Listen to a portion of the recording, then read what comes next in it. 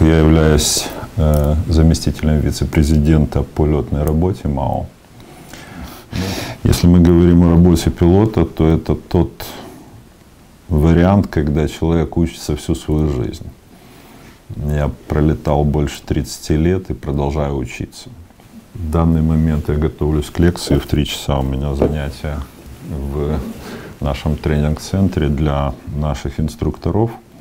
То есть процесс этот бесконечный. Если быть более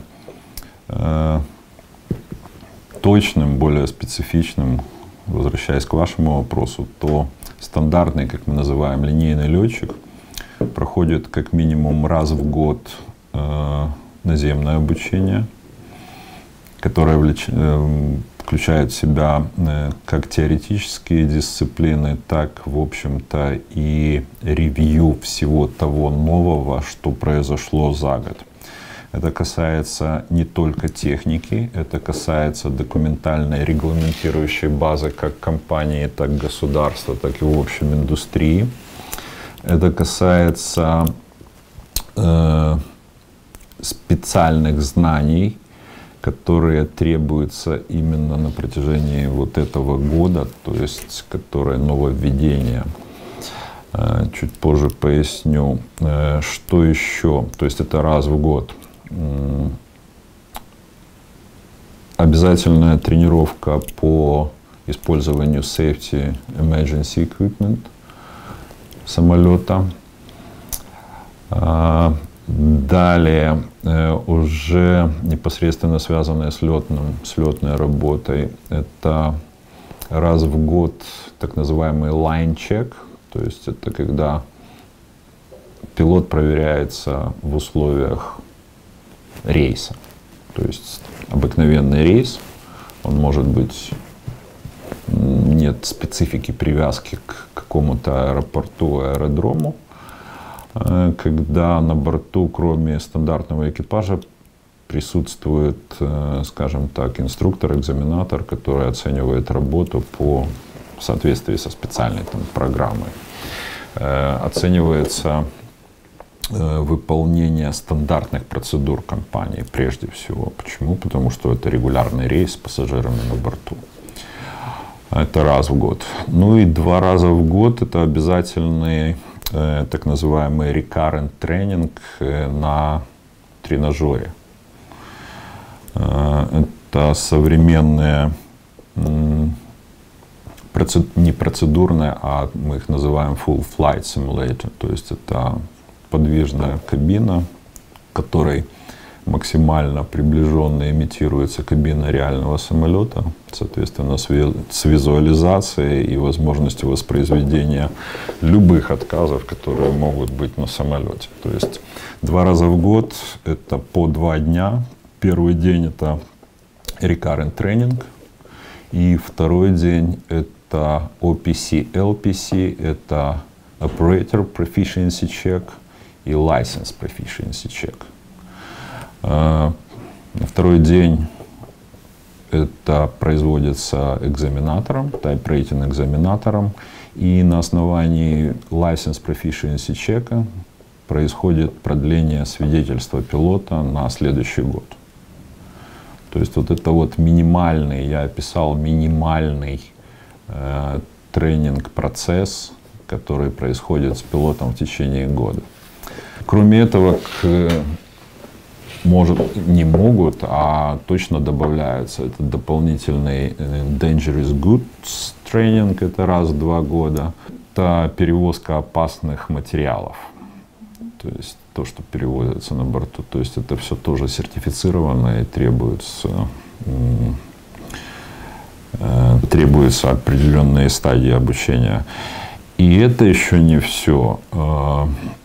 Если в течение года или к какому-то сроку происходят какие-то нововведения вообще в индустрии, то и это требует дополнительного тренинга, такой тренинг проводится. Вот, в частности, в этом году мы занимаемся CPDLC, это Control Pilot Digital Communication, то есть это такая аббревиатура.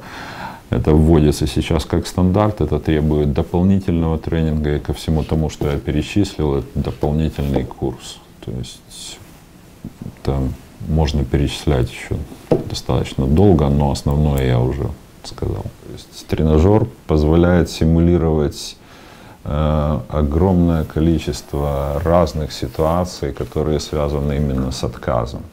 С отказами техники, с отказами, но опять-таки это долгая история. То есть основная суть этого — дать попробовать, не просто попробовать, а именно обучиться, восстановить свои навыки, освежить их, обучиться чему-то новому в условиях, максимально приближенных к тем, которые могут быть в полете, на реальном самолете.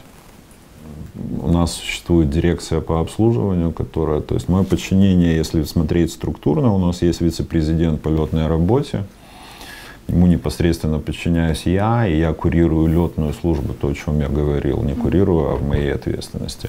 Есть дирекция по обслуживанию на борту с ее директором, но тем не менее это все летный комплекс. Штампы, которые присутствуют, в том числе в нашем обществе, что бортпроводник на борту — это прежде всего сервис, который она обеспечивает на борту. Но на самом деле это действительно не совсем правильно. Мы в МАУ всегда говорили о том, что бортпроводники — это такая же часть всего экипажа. Мы не рассматриваем отдельно пилотов, отдельно бортпроводников. Когда экипаж собирается на брифинге, а потом идет на самолет, это единое целое, это экипаж. И поэтому основная задача, которой подвержена вообще вся подготовка, все тренировки всего экипажа, это обеспечение именно безопасности на борту при выполнении полета. Для многих, может быть, это будет каким-то открытием, новостью, но на самом деле бортпроводники обучаются, тренируются и проходят чеки не в меньшем объеме, чем пилоты. У них чуть-чуть другая специфика. Безусловно, обеспечение, это связано с тем оборудованием, прежде всего, которое находится у них в качестве ресурса. Но специфики на самом деле очень много, и прежде всего специфика связана с тем, что они общаются непосредственно с нашими клиентами, с нашими пассажирами.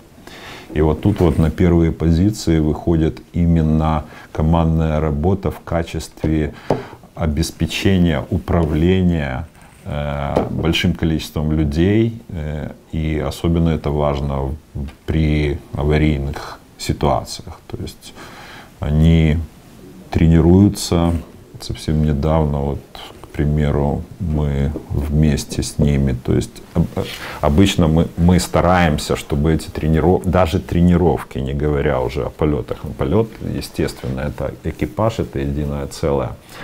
Мы стараемся, чтобы тренировки происходили совместные. То есть, прежде всего, это Crew Resource Management, в котором мы учим как пилотов, так и бортпроводников эффективному взаимодействию в процессе полета для обеспечения безопасности.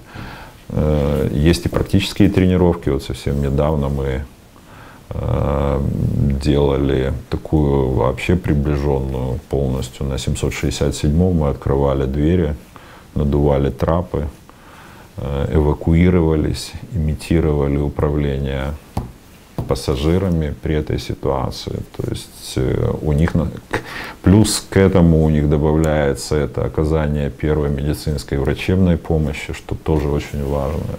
Это особенно, то есть риски, которые связаны именно с наличием пассажиров на борту с точки зрения безопасности, они очень велики. Что я имею в виду? Вот, там, допустим, если мы рассматриваем рейс там, длительностью 40 минут, это одно. И рейс, допустим, длительностью 10, 11, 12 часов, это совсем другое. Когда люди находятся 12 часов в замкнутом пространстве, там с самыми нормальными могут произойти разные вещи. И проводники должны быть готовы к этой реакции, должны знать, как негативную ситуацию перевести в положительную и все, что связано с этим.